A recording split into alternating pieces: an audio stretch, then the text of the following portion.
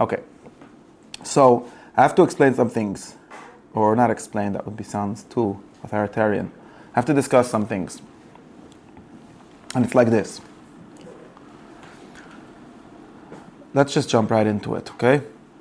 Without mishulim and silly questions. Everyone in the world confuses two different questions for no reason, right? Of course. One is the question of the source of the truth or of the authority of what we call prophecy or what we call Torah or any religion or anything like that. That is one thing that's one question. And the other question is the form and the content. But for now, we're talking mostly about the form, not the content of that, right? Everyone agrees that so if I would say that everyone confuses the question of authority and the question of content, then everyone already agrees, right? Because that's like the main difference between learning and believing, right? We're interested in learning, not in believing. Not that we don't believe, we just think that learning is a different thing, right? Okay, but so that's obvious, and that leads people to say things like, let me explain very clearly. That leads people to say things like, what difference does it make if it was written by Moshe Mipia Gvur or by Santa Claus? If it makes sense, you should take both of them seriously. If it doesn't make sense, you should take neither of them seriously, right? Kabbalah's emes mishambre theory, right? They don't judge a book by a cover theory. They think of the content and not of the wrapper, or not of the authority, right? More correct, right? That everyone already knows.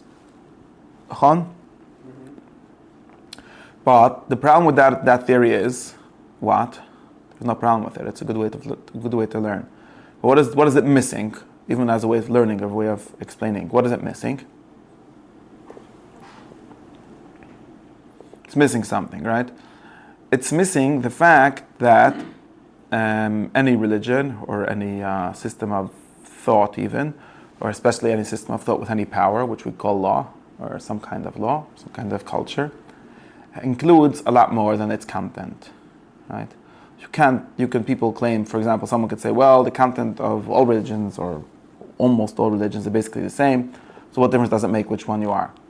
Or the content of whatever philosophy or whatever thought is the same as the content of the Torah, so they're the same. Well, that's true in terms of content, but you seem to be missing something important, right? What is the important thing that you're missing when you say that? That's good, if as an answer to like, why take it seriously at all, or what is it all about? Say, well, it's really about its content, not about its claim of authority, or about its form. But it's still missing something, right? It's still missing something basic. In other words, when people say, that's very cute, but that doesn't explain the actual religion, they have a very good point. What is it? That the form is important. Yeah, why? Because it's a good form. Bad forms are not irrelevant. Okay, but even more than bad and good forms, I would say useful and not useful, right? Because forms are not a question of, good and bad are moral questions. I mean, useful and not useful. True and not true are epistemic questions. Useful and not useful are utilitarian questions, right? Or they have to do with the good, because you can't make people good if you don't have a useful form. But that's why it's a very important question, right? So the question of the form, and like you said, there should be a question: is the form true? The form has to be in some sense true. I don't think it could be a lie. Lies are bad, although of course some people think they're not, like Plato. But there has to be some discussion. At least it has to be good for sure. Even Plato, who says he should lie to everyone, still agrees that it has to be good, right? There's a whole theory about this, but let's skip that. Point is, we can't talk about only the content. Anyone that says we'll only talk about the content, it doesn't matter what the form is wrong, right? So now we end up with three things: authority, who said, why we take authority can be even for content, right? Like, why should we take it seriously? Why should we listen to it? Instead of why should we believe it, why should we listen to it? Still a kind of authority, right? There's content, there's like the what. Well, it says good things, it says truths. That's the what. And then there's the like how, right? What we call the form, or the, how would you give a better word for it? The style, right? The style in which it's said. How that style ties into the content, right? Like how some styles probably are a better match for some content and for some authority and so on, right? So now, therefore, what I want to claim is like this. we talk about authority. We talk about Torah in one of these two registers, in one of these two ways, either an authority, sense of authority, people that don't have any concept of understanding, of content. They're only thinking of, do we have to believe this? Do we have to do this? Do we have to say this? That's the authority style. And there's people that talk about content, and then those people at least claim often, it's also wrong, like I said, even taking something seriously is a form of authority. But those people say things like, it makes no difference. It's the same thing like I'm independent, right? Who is the one that judges the content? How do I know the content to be true for myself, right? Not to anyone else. So that's the claim that's made, right? And then we end up with a problem, which is that we can't explain. We sort of can't explain. We can't account for, right? We don't have a good story. We don't have a logos. We don't have an account of what this whole system of authority. We could say something very simple. Let's make it even more simple. If we talk about authority, you could say something simple like, well, most people are not capable of thinking for themselves, which we great geniuses are, but most people are not capable of that, so that we just tell them what to think, right? That's the authority. But we're forgetting that there's a third thing, which is the style, or what do we just call it? The form. The form can be true. Now there's a form for authority and there's a form for content. Both of these are forms, right? Both of these can have forms, right? For example, how do we tell people they must believe this, right? Now you'll notice something very interesting. For example, this is already sort of telling you a conclusion before the question, but assuming that we have this distinction, which we all over here assume is true also, right? Just like we assume the distinction between content and authority is true, we also assume that the distinction between authority people and content people is true, right? Most people are authority, or at least most people are beginning from authority, and content is something that doesn't belong to people, it's something independent, it's something very, very rare, and so on, right? We agree to that, right? But then we still have to think of how we teach those people, right? What form does the authority take? And this is a very interesting question in any case. What form does the authority take, right? For example, I think that in nowadays, the modern authorities, right? There's also, we live in a time where there's old times together, where we don't only live in modernity, we live in everything plus. But properly modern authority works by telling you what you think. Very weird. That's how teaching works, right? Not teaching, not what I call teaching, but authority in the sense of acknowledging that most people are dumb and they're going to believe what they're told. So there seems to be different ways of doing this. One way of doing this is saying, we don't believe anything that's not either self-evident, everyone can see it, the stupidest person could see it, or you could immediately see it for yourself, right? And how do you know this? Because someone told you, right? On the authority of Thomas Jefferson, everyone believes that it's self-evident that all men are created equal and are endowed with certain unalienable rights, right? How do we know that? Well, you wouldn't have known that if you wouldn't have said in the Declaration of Independence. But now that you know it, how do you know it? So this is called a form of authority. Does that make sense? I'm just using this to distinguish in a funny way the difference between the form and the real difference between authority and content, right? The form of something versus what did this person do any thought? Is there any independent thought? There isn't. There's someone that told them that they should think for themselves, such and such, right? Like, what's his name famously made fun of Luther, the English, what was the guy's name? So that Luther has 10,000 people that all thought for, what's his name? The guy who was following Luther, right? The guy a little before him. He said that Luther has 100,000 people that all read the Bible and saw by themselves and saw exactly what Luther told them that it says there. So that's a form of authority. You see, that's a form, not authority in the sense that people don't know that they're following authority, so it's lacking the form. You could call it more manipulative. Those would be like Yitzchok's point. But it's a form of taqlid. Let's call it, like if we change, we can add another distinction. I'm not keeping track of all the words that I'm tracking here, but we call it the form of taqlid, which means properly imitation, right? It's a form of imitation, although it doesn't carry the form of authority. So most people are imitators, most people are not originals, most people don't think for themselves, they imitate what others think for them or tell them to think. But there are different styles of authority. There's one, like we call it the ancient style or a certain style that tells you the authority is because he's the smart, because the other guy told you to say, and people are happy with that, right? Some people are happy. We believe in what the holy teachers told us to believe, and that's fine. And some people are not happy with that, so they say we believe what? we ourselves were told to believe ourselves, right? They just don't say the word we were told because they forget. They say, well, we were shown by the great teacher that this is what is self-evident, right? That turns out to be a form of authority, right? So in other words, if we assume, they're still assuming that we didn't change anything. I'm showing you something very interesting. We didn't change anything of our core, like Platonian, Alfarabian, elitist, you could call it assumptions, right? Our assumptions that most people there is truths, most people are incapable of reaching them, most people are incapable of originating them, most people are only capable of being followers, right? That used to be the justification for things like speaking in the name of God or killing people that don't agree with you or things like that. And we still can agree with the entire social understanding that the entire epistemology, the entire anthropology that is based on, and say, well, but since most people are too weak to be originators, they need to be followers, we're going to make them imitate us in a new way by telling them this is what they think about themselves. Right? There's a different style. There's a different form that the authority takes, right? That's just one very funny example. Although we should think about it more, by the way, it's very serious.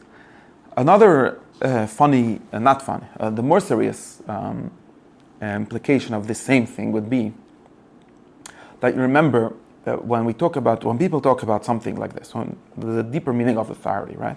When people talk about, do you believe in Torah from heaven? Do you believe in prophecy in the real sense, right? Now that is a question of authority by definition, right?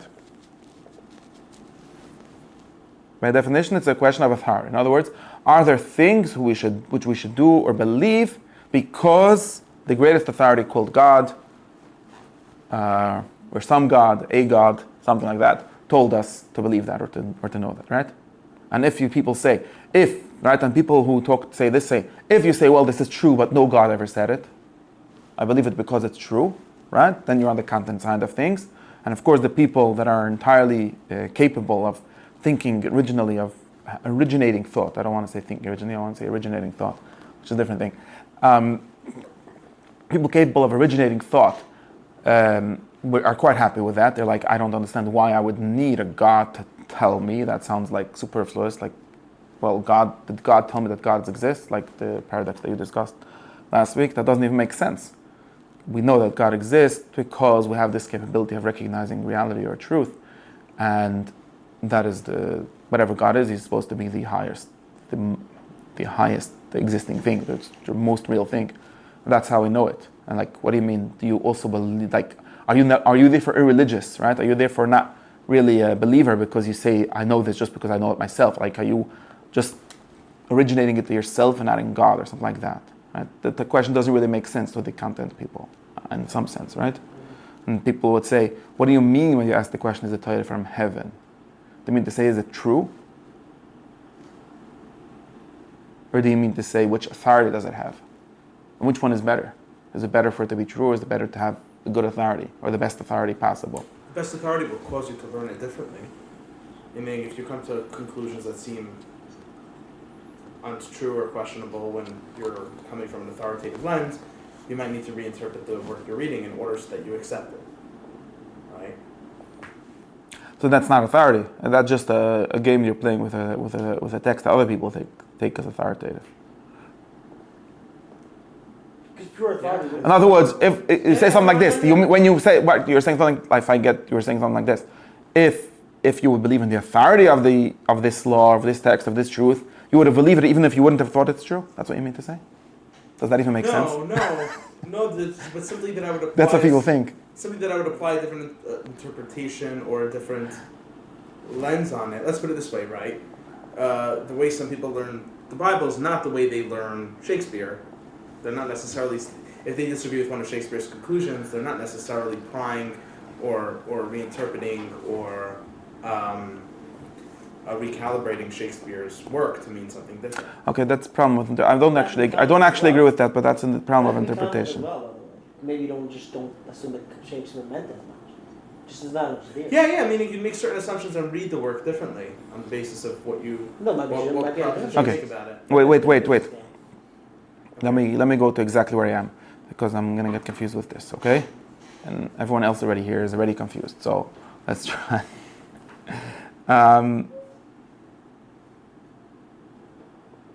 what I think is, when people say, right, people often say things like this, and I think it's very hard on this to get even a hold on what are they trying to say. Okay, what are you trying to say when you say, well, if you think that someone gives this like theory, it says prophecy is just a way of accessing the truth, and you say, okay, but that's not divine, right? That doesn't make you a believer in prophecy. But to believe in prophecy means what? To believe in it even when it's not true? No, that can't be, right? That's obviously absurd. It can't be that a believer in the prophecy means to believe in it even when it's not true. To believe in it even when I don't know it's true, well, that's just epistemic humility, right? There's nothing special about that kind of authority. Firstly, it's a kind of authority. So it's a kind of authority. It's a kind of authority of assuming it's, I think, more on my side than the side of the authority, right? If you recognize that you're not the smartest person and you don't have the most access to reality ever, then probably you should listen to other people also. Like, very reasonable thing to believe, I think. Nothing special about the prophetic or whatever religious authority. Just a very reasonable position to have. Also relative to Shakespeare, by the way. I actually think that religious people that say things like this, like you wouldn't read Shakespeare so seriously like you do the Bible. I think that's nonsense. Why? Of course you should. I mean, as least as seriously as you read the Bible. I don't know about me, right? Like, there is definitely more truth in Shakespeare than most people get out of it, and that's because they're not taught to read seriously, or they don't practice reading seriously, but they don't listen to other people seriously. Now, is there even more depth in the Bible than Shakespeare? I don't think we're up to all the depths of Shakespeare that we're worried about this problem. And we'll get there. Maybe there is. Probably there is. But I have reasons to think that. But it's not such a big problem. Like, it's very funny when people say, like, I've discussed this, but we're going to get off topic, right? So I don't think that that's correct. But that's not a question of what about the authority. It's more a question of, like, we call it epistemic humility, or just being a reasonable person and not being a huge guy who thinks that he discovered the whole truth, which is, by the way, a problem for people that believe in their religion too much too, right? Because just offloading the problem to authority doesn't make you a how do you call this guy? Like megalomaniac who thinks that he has discovered the true authority to follow. Or his family, his people. That's also, I think, very dumb. Dumb and also bad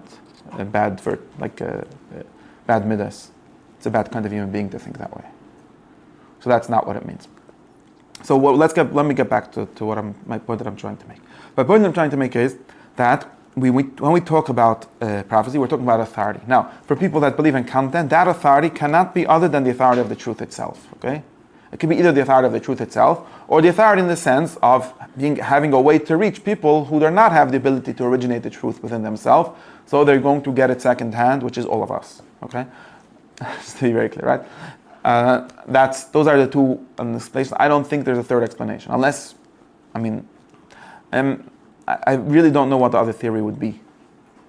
Maybe that's a limitation of my imagination, but I can't understand what I read people that keep on saying other things, and I always reinterpret it to mean something that I can make any sense of, because many people seem to say things like this. Well, if it's only about the truth that we can access, I didn't say it's about truth that you can access. Maybe someone has a great mystic or some great spirit that can access truth that you can't access. No problem. I don't have any problem with that. I think that's reasonable.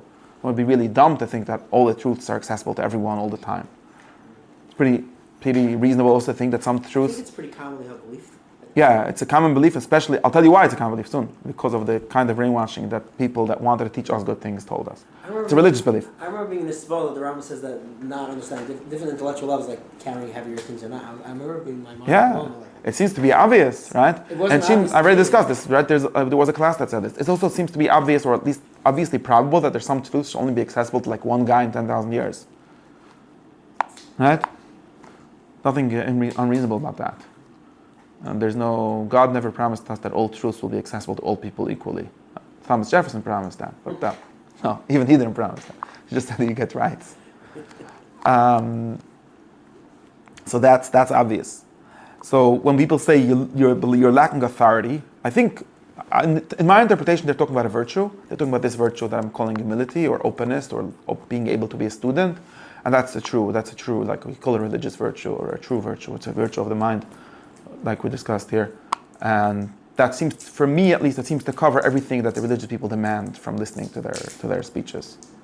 Like, I don't see that my interpretation of Emunah as being open to honestly think that maybe I don't have all the truth, and someone 5,000 years ago, or that wrote an old book that we don't really know the meaning of, might have something to teach me.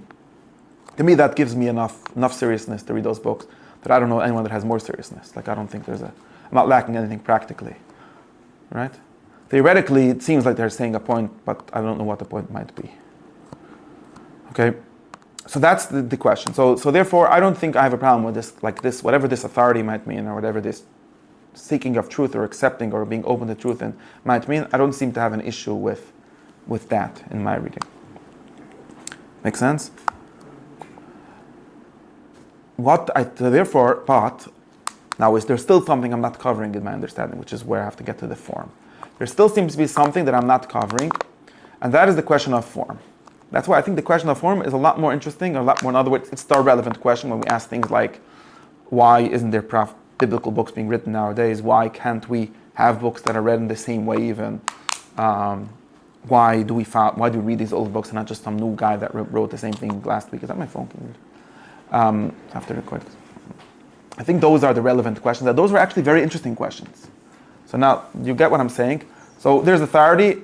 If you want to say authority means God said it somehow, and again, I think everything God said somehow, so I don't really get the whole problem. Whatever God might mean, he must be doing everything all the time. I think almost everyone that believes in God believes in this. So it's very hard to figure out what people might mean when you're saying, well, you're not ascribing it to God, unless you're some kind of atheist. That's hard to figure out what that would mean. But other than that, it seems to be very hard. Like when religious people say, well, you said the Torah is not from heaven. What does that mean? You mean to say it's not true? Okay, I get that. But what do you mean to say, when it says in the Torah, in Talmud Bavli, it says, if someone says the whole Torah is not from heaven, or even if he says one verse is not from heaven, but Moshe said it by himself. The Rambam brings the pasuk Eloi mi libi for Parshas Korach. What do you mean to say? Libi means he made it up, not discovered it, right? Discovered it would be equivalent to saying it's from heaven. He made it up means it's false. He made it up for his interest, or just about him trying to manipulate you. I get that, but that's not a question of authority. It's a question of truth, right? So it's very hard to understand what people mean by that, unless you people could tell me what they mean, but I don't know what they mean.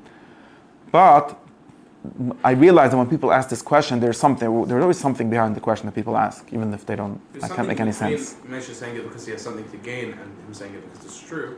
Yeah, I said that because most of the Torah is about virtue and not good, and not about truth anyways. So therefore, we have to say that it's about Moshe's virtue. This is why it's a big problem if we believe that Moshe wasn't a perfectly good person.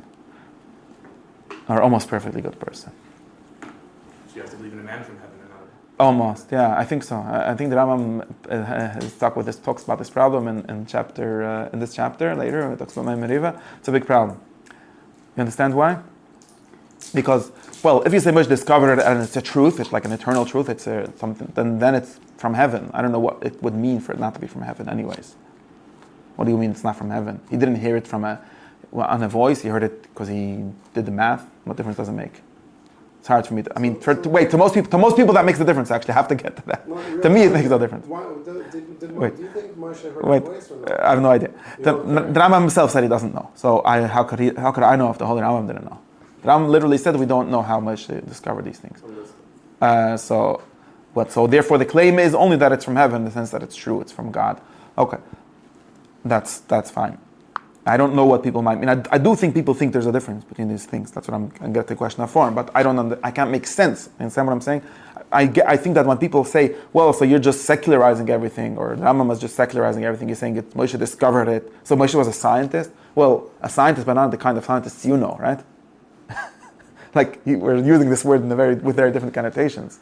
A scientist in the sense of someone whose mind and heart are burning to find out how the universe actually works, yeah. Scientist in the sense of someone who posts on Reddit, no. Those are two different kinds of people. But what I want to say is, so I don't understand what the question of authority would mean there. But, this is where I'm getting to. I think there's a much more interesting question, and I think there's a lot of interesting stuff to discover if we allow ourselves to explore this question. And the question is the question of form. Right? Let me say it another way, what I'm trying to say. You could say it the other way around also, right? You could say something like, of course, everything is from heaven. Like all religious people believe that everything's from heaven anyways. Right? We say a bracha, like someone would say, well, if you believe that Moshe was just some kind of philosopher, how do you say Baruch Atah Hashem Noisen HaTorah? Okay? Did anyone ever ask you this question? I'm imagining someone asking this question. I don't know if anyone. It's a dumb question, why? Yeah, because you don't invent your own thoughts.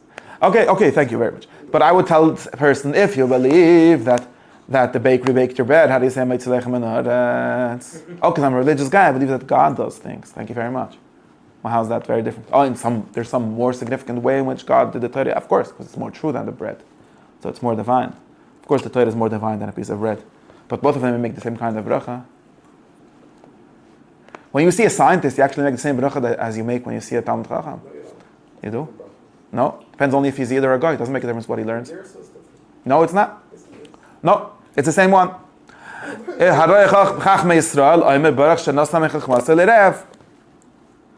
And it doesn't. Firstly, the Rambam doesn't have that difference. That's a fake difference. Number two, it doesn't. The difference is about a Yid and a Goy. The difference is just because we don't call a person that doesn't fear God Yerev, but we give a special bracha if he's Jewish. But it doesn't say that he has to be a Jewish Talmud Chacham. If you see a Jewish scientist, he also makes Shnasa Mechach Masel Yerev. That's the halacha. I just passed into it. Give you a chiddush halacha. I think that's why halacha. The other Rambam is not. No, it doesn't say.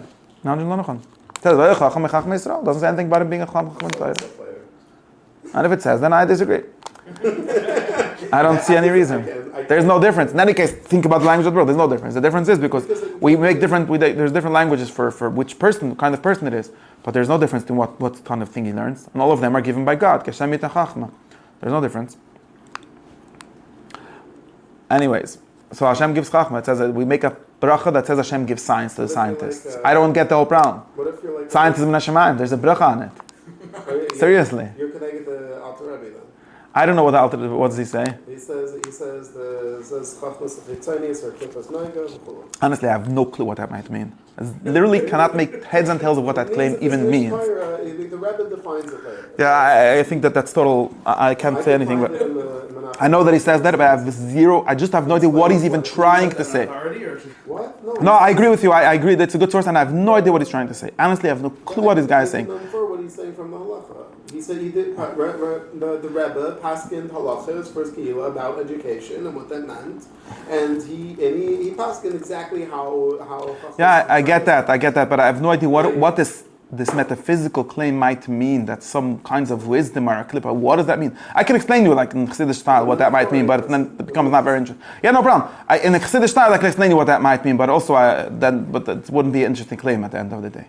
You say something like, well, if knowledge that doesn't make you understand God is not true. Things like that. I get that, but that's not interesting. It's also true of Torah. It doesn't. That's the content. Yeah. Subject. And as a content situation, it's real talk. When you have content without authority, in any case, it goes willy-nilly. Okay, wait. Let's go back. So let me give my sheet. I'll give you a sheet afterwards. No problem. I know the claim. I don't understand what it might mean. I can give you an explanation of it, but the explanation would sort of deflate. It would make it very uninteresting. So I have no idea. And definitely people like the Rambam and the Zohar, nobody before him or after him believes this. So we're put there from being worried about the Das Yochid, although he was a great man. They don't have to be worried about it.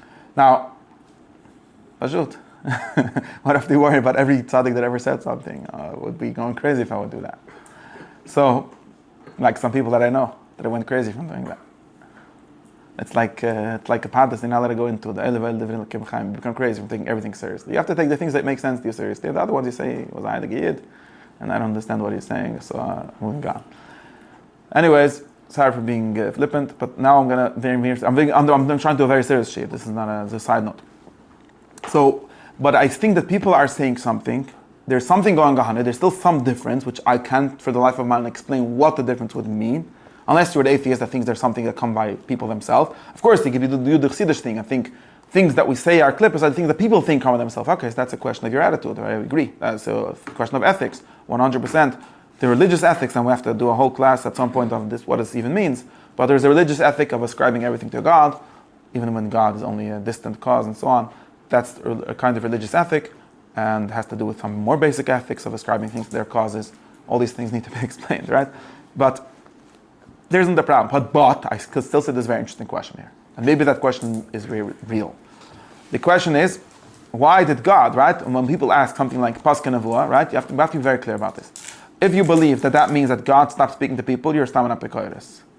You remember the Rambam says there's two different ikrim. The Siddur says it wrong, and I think because of this, but the Siddur was totally wrong. And if you believe only what says in the Siddur, it's chashasha pekoiris according to the Rambam. Literally pekoiris, not a mean, pekoiris. Because one of the kinds of pekoiris is someone who believes there is not prophecy, and the Rambam has this language: she'en sham nevuah ve'en sham madda shemegia me'es Hashem le'adam, or something like that. Right? There isn't knowledge that comes from God to people. There's the Rambam's definition or rephrasing of saying there's no prophecy. Literally the Rambam's language in Mishnah Torah, right? And Perish Mishnah says something similar. In Lechus Tshuva, yeah. Mada means knowledge, right? It doesn't say anything about speech. You don't have to believe in speech. There's a question of how prophecy works. Maybe it works with speech, maybe it doesn't, but that's like a technical question. Right? Now, it doesn't say that how about someone believes that there was nevuah, right? There was prophecy, but it ceased. I think that is still epikairis. That's a chiddush. I don't know. I never make chumras, not epikairis. I'm just trying to get a point across, right? Because you have to believe that prophecy exists. Now, believing that prophecy exists, let's go back to the same thing, doesn't mean believing on authority. Because, by the way, there's two things that you have to believe before the Torah, right? Rambam says this clearly in Moira a few times. There's two things you have to believe before you believe in the Torah, which are God and man. God and Torah and Hashemayim, right? Or prophecy, broadly said, right? Prophecy, right? Because if you believe since everyone agrees, every Yid agrees that being a believing Jew means believing in the Torah and Hashemayim. If there's no God, of course, there's no one to give the Torah. And also, if there's no prophecy, there's no one to give the Torah. There's no way to get the Torah, right? So those two beliefs have to be rational beliefs. They have to be things that you believe. You would have believed them if you were a guy also, right? Anyone that tells you have to believe in Nevuah because we have this book called Nevuah doesn't believe in those books, right? Just like anyone that tells you I believe in God because they believe in God. Although the Rambam said he should do that because he's teaching to most people, because most people are living with authority, no problem, and those books are just the authority. But if you do a content analysis, it doesn't make sense. You have to believe in prophecy prior to the Torah. You have to say me, and what this means for me, it means, although that's probably a weird way of saying it, but if you would have been a goy and if you would have not have the mitzvah of Emunah, you would still believe there's a God, and you still believe that there's prophecy, which means there's a way of divine knowledge or truth being accessible to man, or coming to man. That's what it means, right? Now, it seems to me that believing that it was once like that and not anymore is like chatzi kfira. It's like saying there was once a God and he died, basically. Like, sounds like similar. What if someone believes that? The Tanya definitely thinks he doesn't believe in God, right? If someone believes that God created the world and then walked off, it's shachem amen, right? If you could believe that God used to speak to people and then stopped, what? Well, isn't there two elements to this? Because when you say God speaks to people, one of the things that you're saying is, can people understand things? People are no problem, and that's a belief in people. That's a belief about humans. That's the first. That's one element. You have to believe in people's ability to. I kind of think so. Very good. I kind of think it's so very good. So it's a question in principle, but not if there happened to be this week a person that did that. Right. But in principle, human nature is capable of achieving that. If it's a miracle, then I'm not sure what kind of belief it could be prior to the Torah. This is literally why the Rambam says you have to believe in natural prophecy, right?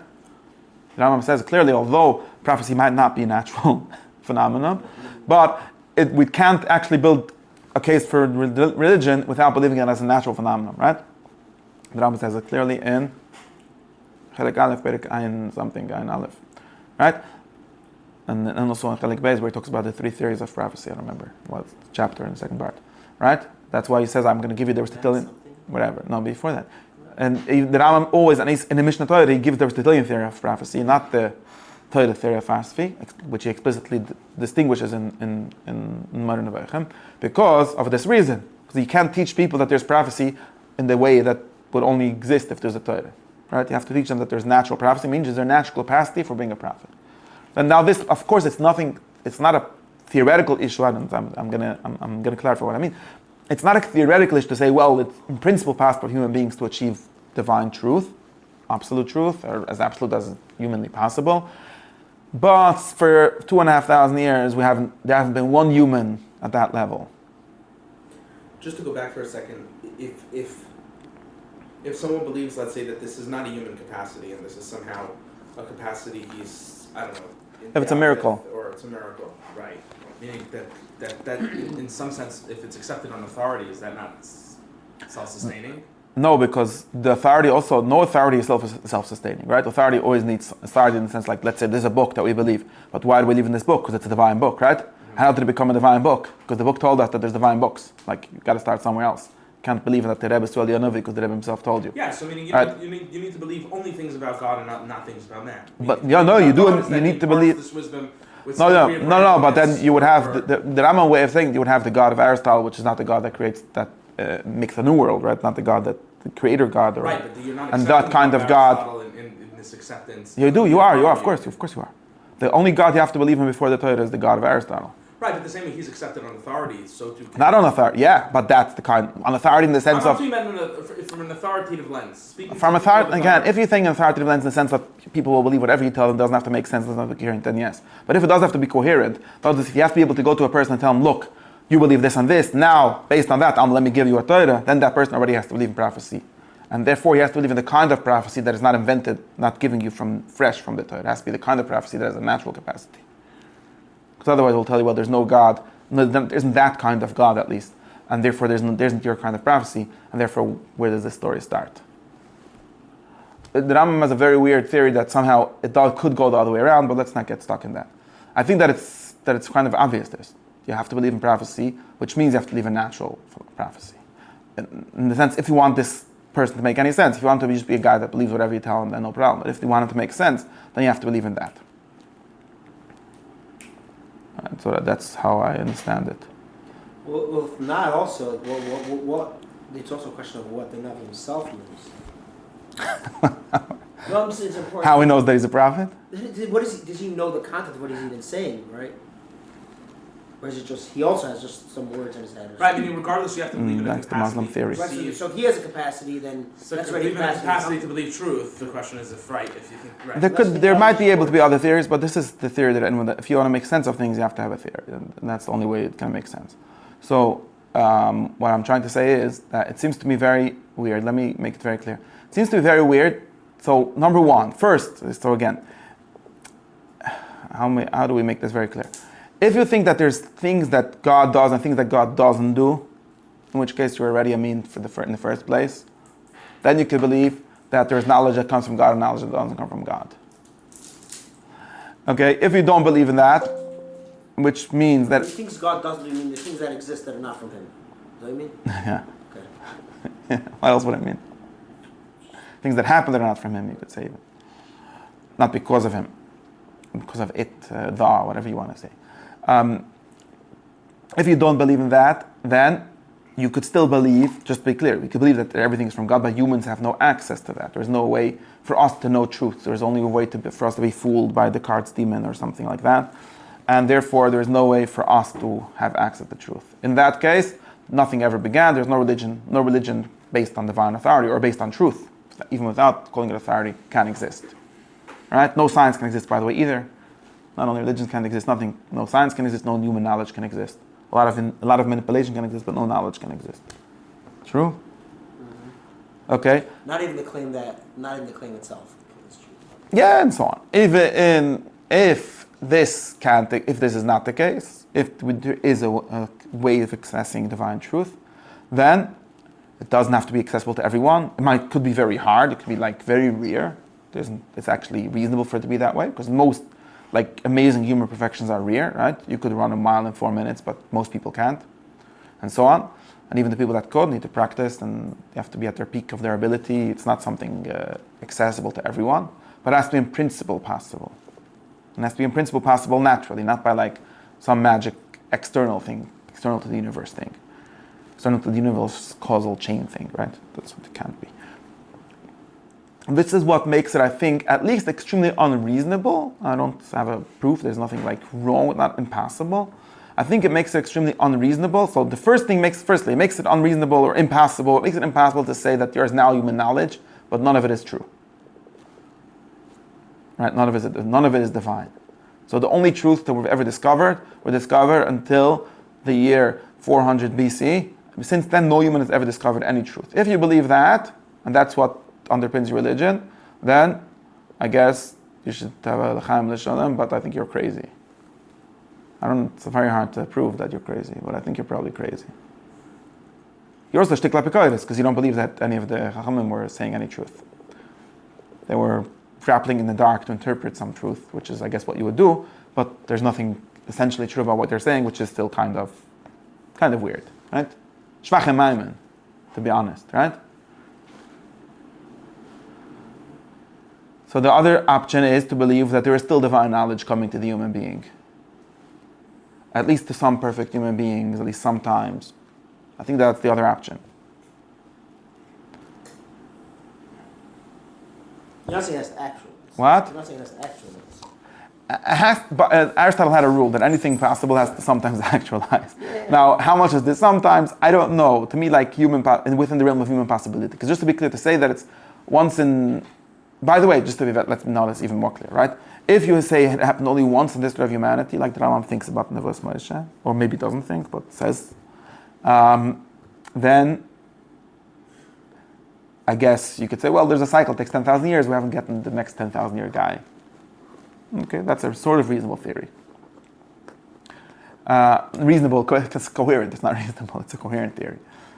If you believe in the other prophets also, all right, and you're like, well, there was Kiflaim, Kirtzim, Mitzrayim prophets, and then at one point, which means the prophecy is a lot more, right? That teaches us that what? Prophecy is a lot more accessible than this theory says, right? It's not a 1 in 10,000 year perfection of a human, it's some kind of pretty much everyday thing. Not every person, it's every 1,000 people, every 100,000 people, every 1 million people. Well, there were a lot of times 1 million people since then. And to claim that not one of them achieved prophecy seems to be somewhat self-defeating, defeating the idea that there is possibility of prophecy at all. What if circumstances change? What if? Such as Golas. Yeah, I know, I love that excuse. What about all the people that are not in Golas? There was not one smart people between them? Not Golas, but you can have... You're talking about the 500 Jews. What about the rest of the world? You can have certain kinds of thought. By the way, that's reasonable for the Jews in Golas to follow a Gentile prophet who's not in Golas. What? According to that theory, we should be following some guy who's not in Golas and is more likely to achieve prophecy.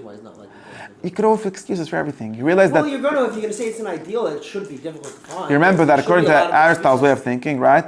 Also, dinosaurs being extinct is extremely unreasonable and probably not true, right? Because kinds of things should always should always exist, right? If there's a kind of person called a perfect person, not literally a kind of person, but it's like the one the ideal specimen that everyone else is measured by, right? It has to exist, and it has to exist more than once, and it can't stop existing in some historic tragedy and then basically be done. It seems that would be like the extinction of humankind. No problem. Yeah, but we have certain learning... I guess human can't be extinct according to modern science, and it went extinct. But just to be clear, then you don't have no access to the ancient truths either, right? Then reading the old text would be kind of useless too. But I guess my only So there's the real difference between being the prophet that originates it and being the one that understands it. Right, but there are differences in terms of, I would call it like basic even categories of thought or basic, at least kinds of thought that existed once that don't exist now. Or No problem. That makes it harder. Doesn't make it impossible. And when it say it doesn't make it impossible, that means 1 in 2 million people achieves it instead of 1 in 10,000. Well, it depends because you need a certain amount of people learning, at least we'll call it like areas. Okay, so it makes it even less probable. So 1 in 2 billion people. It can't be that it makes it based, like, if you believe in it's like cutoff, it's stopped. That seems extremely unreasonable and maybe impossible. Not that it's unavailable. I'm not saying it's Doesn't mean it can't unavailable. come back. but Okay, so therefore, just to be clear, people like the Rambam basically believe that there's probably 80% prophecy, 90% prophecy, But let's say there were once upon a time maybe there were pagans, 120% just too much already. Once upon a time there were pagans, right? I don't know about this. By the way, I don't believe in any of these historical theories. I already gave you a long... I don't know if I ever did. I don't know. I don't buy these theories. I'm not a Gillian. I don't think the world I'd say a lot of classes based on this presumptions like that, but Maybe they were that's onto, just I'm not saying because I they need weren't. to talk to I'm you. not saying they weren't onto something. Okay, let me move on. Okay, this is my claim. I think, to me, and in any case, to me, to claim some basic fact about humanity that hasn't been true forever, for any, just to be clear, for like all the time that there's written history, right? Of course, that's the cause. Because there's written history, there's no prophecy. Okay, so because it becomes also like a very kind of Yach Kedusa situation, right? Just for the epistemic problem, right? It becomes very kind of it becomes very similar to, this is a very like Reddit atheist claim, but I think there's something to it, right? It becomes very like, ghosts have existed only until there were digital cameras. And of course, the digital cameras have de-enchanted the world. That's why there's no ghosts anymore. Because before that, they were all over. And by the way, this is true. You can't prove one of the other. I think it's true. I think it's probably true that digital cameras have disenchanted the world. And every time you put a flash in the forest, you would be megadash a few more shaidim. And that's why there's no more shaidim anymore. But like, someone from the outside's got to like look at you and look like, are you for real? So, Right. can I make an argument the other way quickly? Not the ghosts, about the bull again. If Okay. you're saying it's the ideal of people, then any subtle reason could make a difference. So, for example, maybe you should start. Maybe if you don't start when you're 3 years old. I get all Right? these excuses, Like Shmuel but Lowy. I don't agree. I don't agree. Because I'll tell you why. Because I agree that would be the ideal case, maybe. But I don't remember that nature is full of self-correcting mechanisms, right? Humanity has every kind of nature. That's what nature is, right? A self-correcting mechanism. It has all kind of immune systems, all kind of ways of if someone, these kind of theories that if someone can't hear well, then he sees better, or the opposite, and things like that, right? Nature is full of these kind of redundancies. Now again, of course, it could be that this happens to be like the most rare, subtle human nature, and again, that by the way, That's the claim. Isn't that the claim? no, I don't. By the way, I don't think that's not the Rambam's claim. By the way, the Rambam who said things like this didn't actually say anything like that. He actually thought the prophecy is much closer than people nowadays think because of this, and explicitly said it. I don't think anyone really claims. I think people say this is like a way of making sense of nonsense that people say, but I don't think people really think that. I don't think that. In other words, again, this is very a priori thought, claims that they have to be based on something, and I'll explain you soon how I can base it. But I think it's very unreasonable to think something that's part of human nature, and just be clear, part of the divine nature, right? God likes speaking to people. That's what prophecy also means. Likes is not against it, at least, right? It's not something that you have to convince him to do. By the way, in the Bible, he does it to anyone, right? Doesn't do it to everyone. It's not accessible. Even in the most ancient parts of the Bible, God is not accessible to everyone. You can't just speak to him whoever, no matter who you are. But it's not as selective as your theory says, right? Not close, right? Sometimes he randomly speaks to Gideon, some guy, right? Just happens. The Rambam was very worried about all these stories, but that's just the story that you get, right? Sometimes it's not an everyday occurrence, but it can happen, and it happens once a generation at least, or sometimes a few generations that it doesn't, and then it comes back. You can have all these things, but it's part of the divine nature. So I don't believe that you can't say, well, let's stop because of all kind of excuses. There might, I don't say these problems are not real problems, but there should be an immune system. There should be a self-correcting mechanism. There should be okay, and by the way, I'm going to make a claim like that. There should be well, if prophecy doesn't work in this style, it's going to now work strongly and better in a different style. That is what you're saying. And that ends up to be what I'm claiming. No, I'm claiming something more basic though, but let's get to that. So I don't think that this is a reasonable claim. I don't think the Rambam thought it was a reasonable claim. This is why the Rambam, when he discussed this, when he said that he thinks that prophecy can at least also be natural, so now I have a problem interpreting why prophecy stopped. And he says, well, if I would have believed that prophecy is natural, I would have given this natural explanation. And one of his very convoluted ways of saying things. And that's what you said, the political problem. But of course, that doesn't explain why there's no non-Jewish prophets. Rambam definitely believes it. And of course, this is the question that people asked on the Rambam, right? If your theory of prophecy is correct, why wasn't Aristotle a prophet? Of course, the answer is he was. He was just not a king. So he's missing part of prophecy. But he was a prophet in the epistemological sense, what the Rambam calls nevuah la'atzma. Of course he was. Plato definitely was. I don't know about Aristotle, by the way. The Rambam learns the medrash about going to all the guy before I see him. He learns it very literally. He says it's a Nevi. Yeah, exactly. And there's still Nevi'im, and they teach some good things and some bad things. And when let's not get into that medrash. I have another chat. Whatever. He just learns it very literally. Yeah, I think it's literal. I think it's very likely walking the Yeah, the Rambam definitely thinks it's likely, and it also has to be likely in every generation. You can't say, okay, Shlomo Kalbach's theory of why all the Yidden went to India. He said, I'll say it even more crazily than he said. Shlomo Kalbach said he knows why all the Jews went to the Eastern spirituality. Eastern spirituality is a Jewish American invention, right? Mostly. Western Buddhism was invented by a few Jews. And more or less, there were some Goyim before also. But You said the odds when they were in spiritual at all, ever? Who? The Easterners. No, they're different religions, different girsa. Of course they were. No, of course they were. No, I'm saying something. So anyways, the Kalbach said, no, I don't mean to say that. I mean to say the opposite. So Kalbach said that he thinks that the reason is because there was a Holocaust. And the Holocaust made all the Yidden mad at God. And that's called Atzvus in Chassidish Svarim. And it says in Parshas Emma that a Kohen can't be Tumah Lemes. Why? Because if you see a dead person, you get mad at God. And you can't, what kind of Kohen is mad at God? So that's what the halacha says. This is all Torah, Shlomo Kalbach. The halacha says that a Kohen can't be Tumah Lemes. But now it's a big problem. So all the Eden are mad at God. They're never going to be able to worship God. So Hashem sent. Yeah, it makes sense. I mean, it's Anyway, so they went to India, and in India there was no Holocaust. Those people are still happy with God, and they told all the Eden to love God.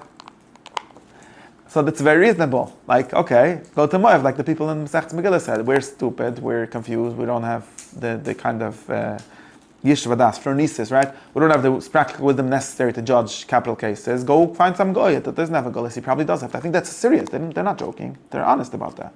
The goyim have that because they don't have the problems that we have. No problem. So they should be goyish prophets, and we should be golis going to goyish prophets, which most people, many Yidden seeking prophecy, have done throughout the generations. Not only in Shlomo Carlebach's times, but also much earlier than that. Seems reasonable, right? Now, what I want to say is something, but I think that there's a stronger claim to be made. There's a more interesting question to ask. And like I said, if you don't believe that God decided to stop lying to people, now he only talks to the most perfect people, all these excuses, doesn't make sense to me.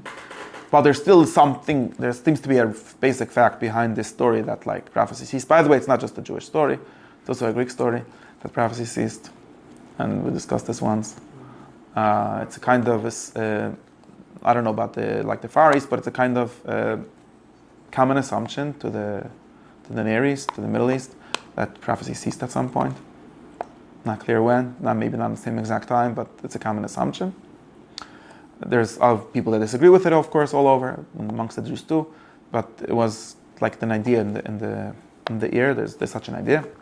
The cessation of the oracles. What? James? No, James is a theory, but there's actually ancient sources. There's actually ancient sources that say that the oracle stopped, and there's theories about it also. So, there's in Tanakh already theories about this, but in Sefer Shemot. So, what I would say is something different. What I would say is that since it can't be a problem with God and it can't be a problem with humans, so what is it? You see, I'm very stuck. I'm not happy with the theory that God stopped speaking to people. I'm also not happy with the theory that people somehow got extremely worse. Just seems unreasonable to me because of my assumptions about how nature should work. Worse, right? It can be so specific. That's what I'm saying. God is a more speaking God's voice is a more general thing than the specific ways. I agree that specific ways are lost, but I don't think that the general, because of God having to be the source of everything, it would be very weird for God. Like, something true. Let me give you like a very simple theory, right? Someone would say something like, of course, God, the way people were trained at least to access God was by writing Hebrew poetry, I don't know, which what many prophets at least practiced. When, of course, by the way, it's obvious that means that in their school they also taught how to write good poetry, not only how to be a prophet, right? Because you got to be a poet before, so the prophecy can inspire to write inspired poetry, right? Nachon? Yeri didn't go to that school. He went to that school. He was not one of the best students, but he was a writer, was able to write, right? I know. Yeah, that's true, but he obviously did go to school. He wasn't illiterate, right? He was able to write. Sometimes he repeated himself, he made some grammar mistakes. Okay, that's what these people say. But he was able to write, right? Many people weren't able to write on his time, so right. And now you say, but that was the form. So now we're back to the word form. That's what the form in which it worked. But now people don't know how to do that art, so we can't prophesize in that way. Okay, but we do know how to write social media posts. Seems really weird that God shouldn't be able to write any social media posts. I'm pretty sure that God's writing some posts on Twitter. Or what's it called? There's a Twitter handle God. No, that's not him. That's an imposter. But he's definitely writing some. Of course, by the hands of humans, like everything else he does. But there must be some of them that he's writing. Like nobody knows what's his handle, so we're confused. But it has to be. Like there can't be a human communication, and he called media, in which there's no divine voice. And that's my basic theory. Because God must be broader than all these things. Instead, God used Hebrew poetry because that's what one vessel that he had. But he can't use Substacks. I mean, why not? He doesn't have a password. Like, how could it be? Doesn't make sense. So I think, but therefore what this brings me to the question is, but we do want to have a science of this, right? We do want to have an understanding, right? Something has changed, something is going on. And how do I know this? Because you can't actually now, this is my bigger proof, you can't actually nowadays found a religion by saying God spoke to me, unless your name is Abdullah Hashem, and then you obviously can't, right? You basically can't. Of course, there's some exceptions where you have to make a very big, very wide and long empirical study of this, but my supposition is that you can't not in the way that Moshe or some other people, maybe 2 or 3 other people in history managed to. Obviously, there's a reason why we talk about these 3, 4, 5, 8 founders and not more of them, right? You can't do the same thing that they did, right? could have just redundant. Okay, what? Mormons? Yeah, that's one of the exceptions, and there's no problem. But we have to remember, we talk about these exceptions for a reason, and also whatever. In America, you can do anything. That doesn't count. The land of unbounded possibilities. Well, you could even found a religion, but also we didn't really found a religion. Just to be honest, Mormonism is not a religion. It's just a hierarchical version of Christianity. It's not a religion. Well, is it all about God's revelations to Joseph Smith? No, it's about Jesus and about all kinds of other things. He borrowed Christian symbols, but no, he reinvented it. That's true of any good interpreter. Fine, but There's I'll leave my table, thanks. There's this whole machlok. By the way, that's true. I know, but we don't. No, but I didn't. It's not true. It's a lot more Christian than if. Okay, let's not get them. In any case, I don't have a problem with exceptions. You understand? These are exceptions. It's not something that happens all the time, and it's not only because of redundancy, because that just begs the question: why are these few people so successful and not everyone else? And why is their the bigger question is why is their strategy? Why aren't there there's other kinds of there's countries, right?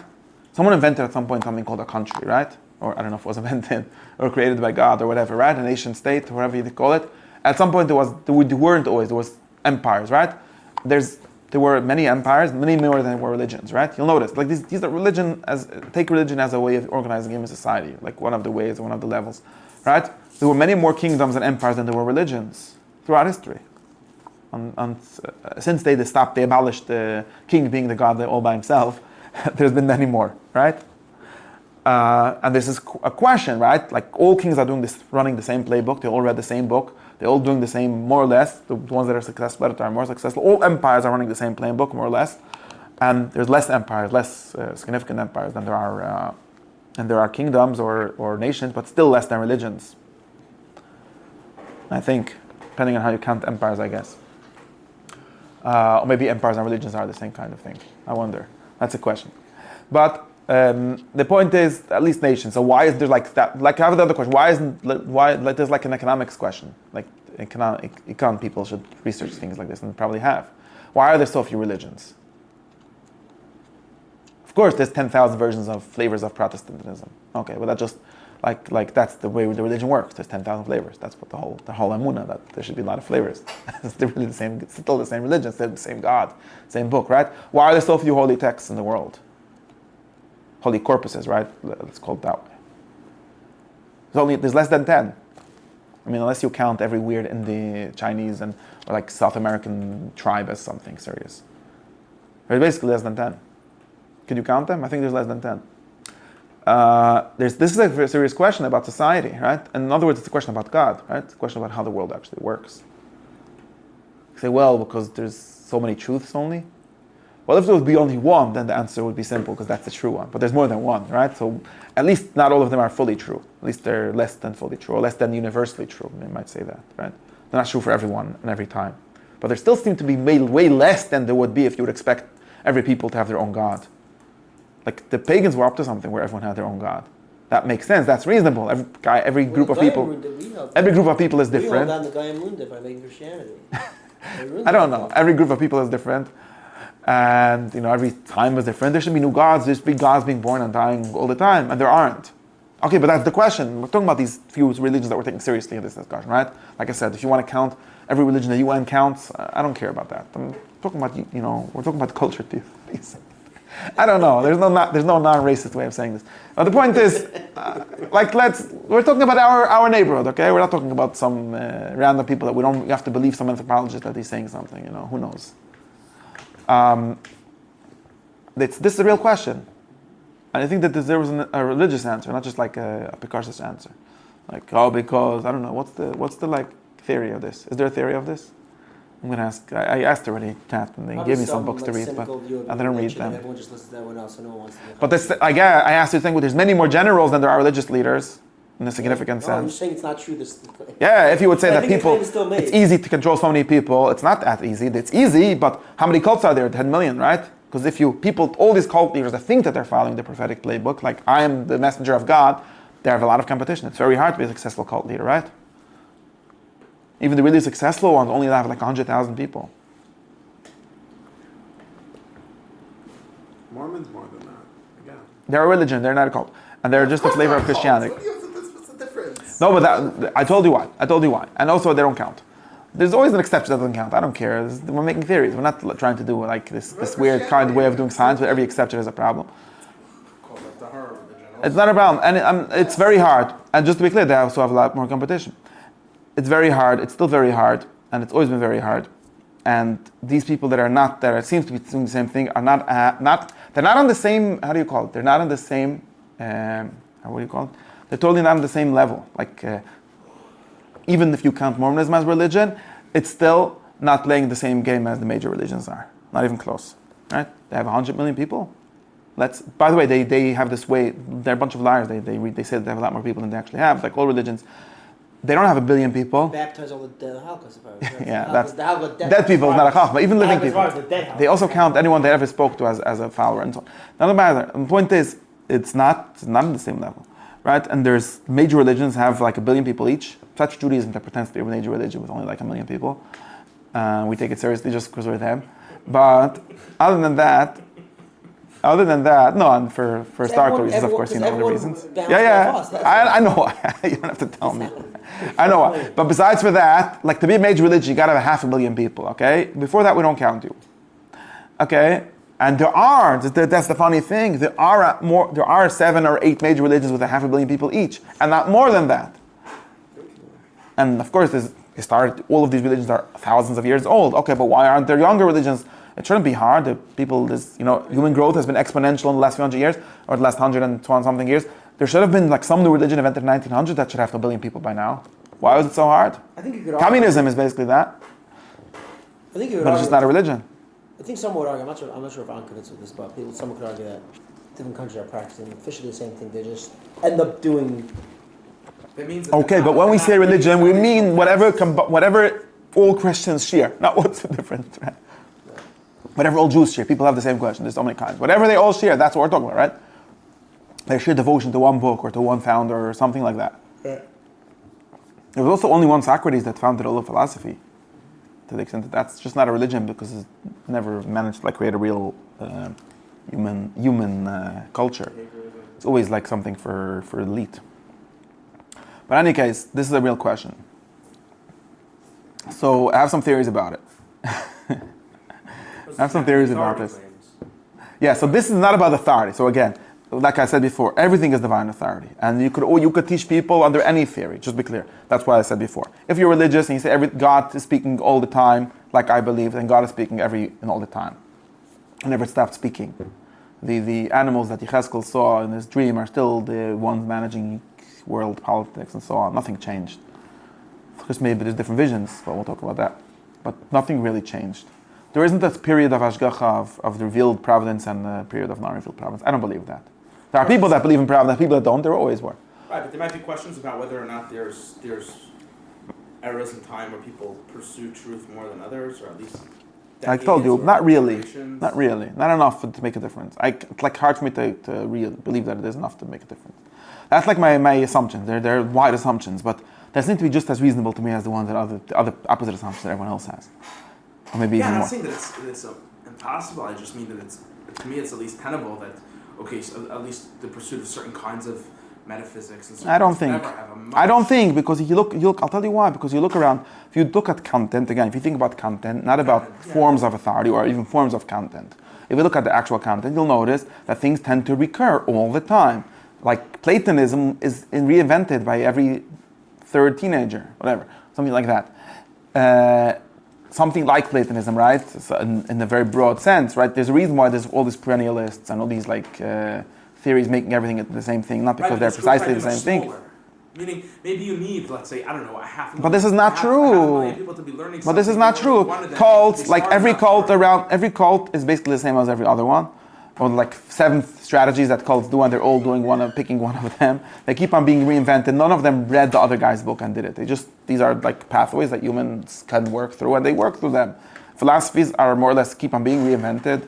They're not very. There's only 7 of them all over, and they keep on being reinvented. There isn't a period in which people stop having this. This is not true. Even to the extent that people say, well, certain metaphysical kind of theories don't work nowadays. That's just not true. That just means they don't work among my 3 friends that went to Oxford together. But in the next university in Cambridge, there's still 5 people that are doing that kind of metaphysics, and nothing stopped Right, them. maybe less. Just volume. They're not. It's just not true. There's very small flexibility.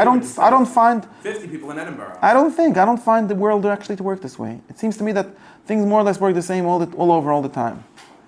There might be fluctuations, but they're way smaller than these like big breaks that people talk about. I just don't see it. There's spiritual people all the time. There's materialist people all the time. There's cynical people all the time. There's like seekers all the time. There's all kinds of people all the time and all over, everywhere. They express themselves differently. But if you think about the content, that they're way more similar than they're different. There's real differences. That's what I'm saying. But we have to correctly place. Critical? Meaning, is there No. a way that like or okay? So They're only critical. Just to be clear. are there preferential methods of truth seeking? No. That you'll The only places in which they're critical. The only places in where they're critical is in the belief places. Many people believe them to be critical, but I don't think any of them have shown that.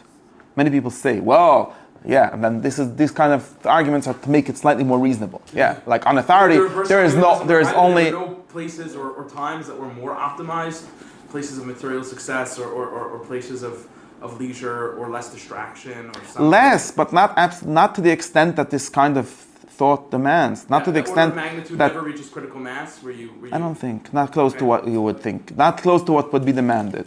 I don't see it working this way. I just don't find it.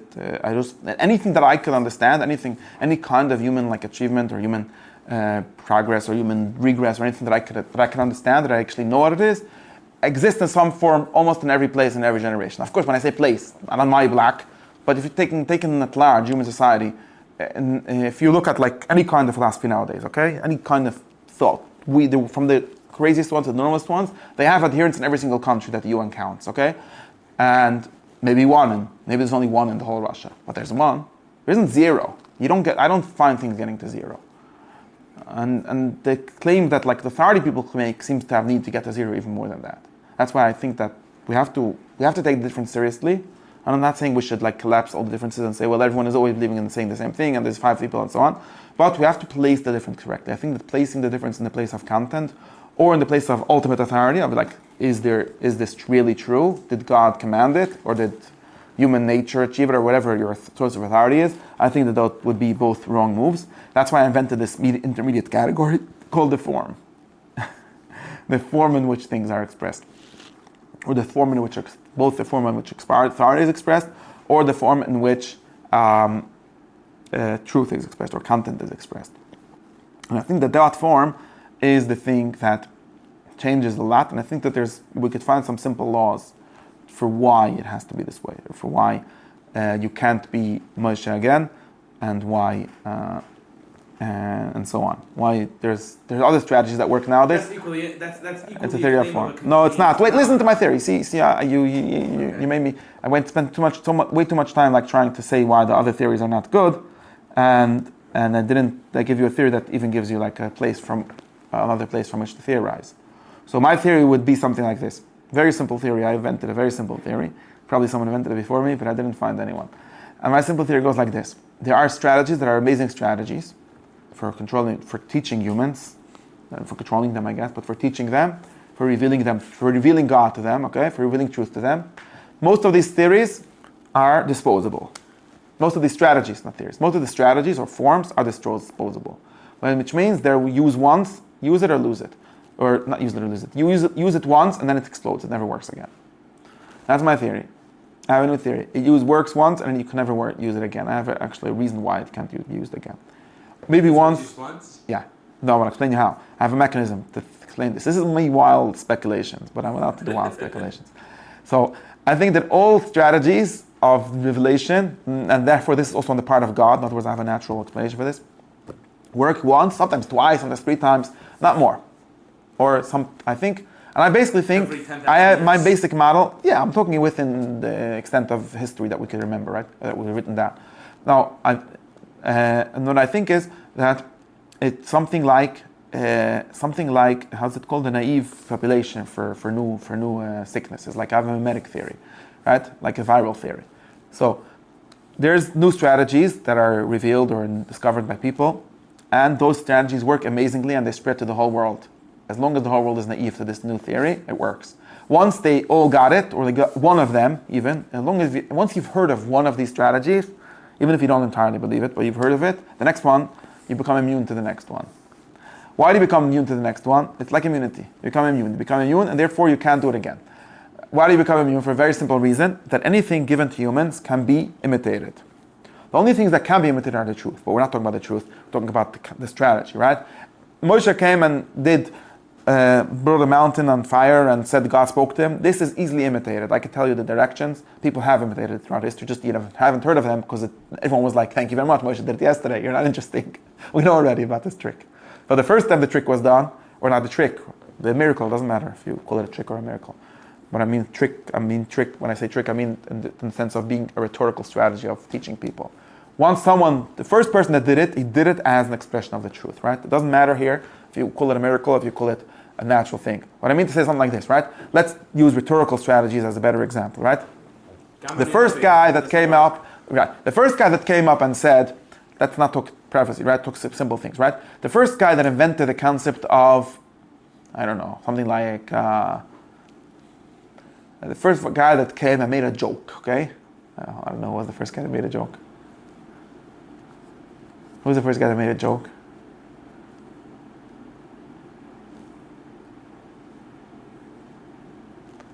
I'm going to tell you a joke.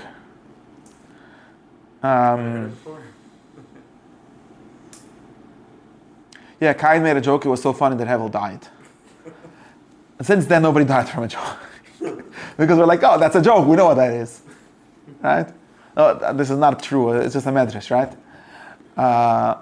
What I mean to say is, you see things like this happen. The first time someone came up with like, I have this crazy idea. And therefore, what I'm going to do, I'm going to build a school with a beautiful, huge building. And this is going to be a monument to my idea. And really impress people. It really worked. Because the only reason, the cause of this monument was the true idea that you had, right? You had an idea, you had a true idea, so I'm going to make a monument announcing it to the whole thing. I'm going to build 2 luchas and say, Anoich Hashem, and so on. And that's going to be a true evidence of my idea. It's going to be a true evidence. No matter if God wrote the luchas or if I wrote the luchas, they're true evidence. Because the source, the cause of these luchas were my true ideas, were the truth, right? They were directly caused by the truth. This is what means God did something, right? As opposed to God did it secondarily, right? It was directly caused by the idea, the insight that I had, and that insight I was thinking how to express it, and I express just like my speech, right? If I tell you, wow, I have seen God. Now the first person who saw God, when he said that, he saw God and was like, well, there's something called language, we have to connect words in certain ways, and he figured out how to say words that, obviously he got those words from other people already, figured out how the language started, but he said these words, I saw God, and those words were God speaking by himself, right? He could have said, I am God speaking to you. And that's what he did, by the way. Right? Because those words were directly caused by his understanding of God. Now, once he did that, it escaped. It's escaped containment. Now that these words exist in the world, anyone could come and say, I saw God without him having seen God. Because we already have the instructions. We already have this strategy invented called saying, I saw God. Now, of course, maybe most people are honest, that they don't lie. So, if we have a guy and we could prove that he's honest, that he didn't lie, and he says, I saw God, we might trust him. But it still doesn't have nobody's ever going to have the power of the first guy. Because in other words, nobody's going to actually have God speaking to him through these words, just like the first guy did. Because now it's going to be caused by, yes, God spoke to me, and also I'm borrowing this strategy that someone else taught me, which can be equally used for a false God or for a lie as for the truth, and saying that. You get what I'm saying? So assuming that the strategy was first invented by the truth, and I think people assume this at least, that most rhetorical strategies were not invented by liars. They were invented by people looking for a way to express the truth that they saw. Because why would a liar, but you could have the opposite theory, but this is one of my theory for the day. And then, therefore it had the actual power of the truth. But the next guy, even if it was true, even though there's truth behind it, it wasn't directly caused by the truth. It was caused by the truth plus the first guy's teaching you a strategy that works equally well for lies as for truth. By the way, you could see this kind of process happening with many, many methods. Every method of human growth basically sort of works this way and has this kind of expiration date built into it. I think that I could give you so many ideas, like very simple ones. Like the first guy that invented something called a matching charity campaign had amazing success, and the second guy had way less success. And everyone knows it might work, but it has to be something besides that for it to work, right? Because you didn't come up with the idea. The idea is directly caused by your amazing thought. Wait, everyone's going to send links to their friends, and then they're going to say, wait, why are you sending me a link? Oh, because you must believe in the charity. So I'll help you, you're my friend, right? Now everyone's like, why are you sending me a link? Oh, because they taught you this. Oh, thank you very much. I already know this game, right?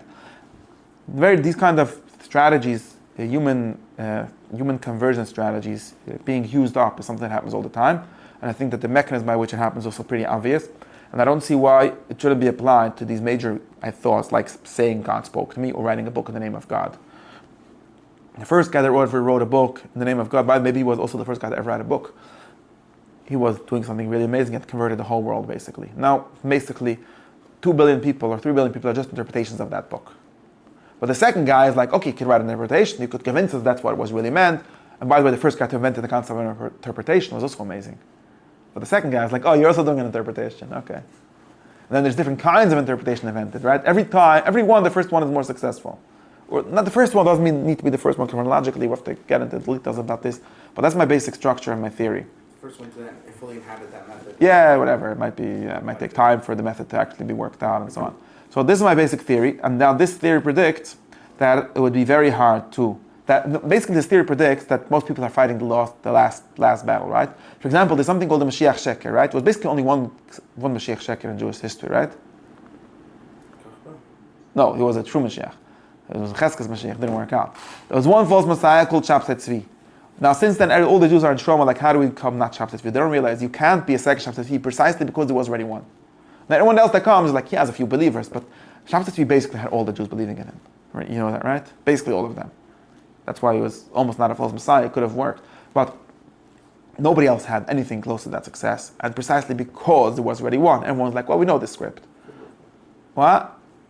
What I know about economy tells me it couldn't have. Wasn't there like one another? There wasn't any other one. A lot of traction? There's always ones that get, but not the same level. Yeah, they would have lost the war eventually. Oh, I don't say maybe it couldn't have worked. That's why it's a Mashiach Sheker. But the point is, these people are always like, wait, why you want to be the same? You can't be the same? Precisely, maybe this fact that people are already used to it and they're already aware of it and they're afraid of it is part of it. But my point is, you can't repeat strategies precisely because they've worked so well and you sort of burnt out. In other words, because they don't represent truth. They're not actually, in other words, what I'll tell like this, there will never be another Torah. Never, not by Messiah, not even another Torah, another word of a biblical book. Why? Because biblical book, the kind of thing, it's a kind of register, it's a kind of style, it's a kind of form. It's not a kind of truth. There's always going to be no truths or no more truths revealed. But there's a kind of truth that is being burnt out. Why did we stop adding books to the canon? Because a bunch of people were writing books and they were like, right? Everyone's writing a book nowadays and claiming that it's part of the Bible. Enough, right? The format was ran through. Format stopped working. So we stopped at some point. The smart people stopped. Some other people continued. But even that format's burnt out at some point. And by the way, it worked out. But how did like the second time it worked, the guy that wrote the next book only worked because he had a naive population to work on, right? The guys that already read the first version of the Bible were like, yeah, we know this. I could also write another version. Like, thank you very much. The guys that never read the first one really were like, wait, yeah, why not? But then you don't have any. At some point you run out of naive populations for your strategy to work, and it can't work. And it would be a lie for it to work. It's one of my big. It would be a lie for it to work because now, even if you happen to be a true prophet, so God actually spoke to you. Saying God spoke to me, or I'm speaking in the name of God, as our false words, like right? Those words become not. There's nothing holy in them anymore. Because they become not representative of the truth. They don't become not caused by the truth anymore. They're caused by someone picking up this tool and using it. They also tend to even if you were using it for good purposes. By being blended with contemporary mediums. Yeah, and therefore, let me finish because I have to go to sleep. Now, so I'm speaking way too long already. So this is my basic theory, and this explains, and then there's other strategies. This explains why Mashiach will have to invent a new way, or if there's going to be a future Mashiach. By the way, there were many Mashiachs already that worked out. There were many people that came, and I have a strategy of interpretation. I have a new strategy of interpretation. I am the promised Messiah that the book predicts. All kinds of strategies, and I had a list in my thing of like six or seven different strategies that have been tried and burned through, and none of them were the original strategy. If I'm writing an original book, you have to realize there's something significant in that. And now, if there's going to be a new way, I don't think prophecy will ever return. I think people are trying to return prophecy or return this in head and are doing something very dumb. You're trying to return the reason there's no Sanhedrin is because we went through that system. It stopped working at some point. Why? Because everyone could be a Sanhedrin. Me and you are a Sanhedrin. Me and you are prophets. Thank you very much. That's not what we need. What we need is something unknown, right? If we need something, maybe we don't need anything, maybe we're fine. But assuming that we need something, the next prophet is not going to write a biblical book, because any bluffer can do that. He's going to write, and a good one, by the way. ChatGPT could not write a good one yet, but he will be able to, maybe, I don't know. Everyone can do that. What he will have to come up with is a new kind of strategy that hasn't been tried yet, and only the first one will work, or the second one, whichever one will be most correct at it, and that will be able to do some progress. Or, meanwhile, we have to work within. Meanwhile, if you want to actually be like Moshe, what you do is you interpret Moshe. You work within words, within process that work for the people that are nowadays. So this is variation or much more complexification. It's also approximate. It's not the same. It's not the same thing. It's right. It's a simplification of the theory that what's his name said in my name, that the people stopped understanding God and therefore there's no prophets. I don't think it's true that people don't have God speaking to them. I think that nobody would believe you if you say God spoke to you, and for good reason, because it wouldn't be true even if it's true. And it is true. God speaks all the time. Therefore, if we have ways of telling people God spoke to you, by the way. It's called paskin halacha. Still somewhat works. Stopping to work slowly. I mean, for a few hundred years it's stopping to work slowly, but it used to work very well. There's other ways. Those ways that work. Those are legitimate ways. There's nothing wrong with them. If you want to conquer the world, maybe there isn't any leftover strategies for doing that. Or maybe there are, and we just didn't discover them. Anyways, that's my sheet for today. Everyone should have a good night, and I have enough Michigan thoughts, and we could move on. Close my thing. Thank you. Thank you. Can I say what Kasha on foot?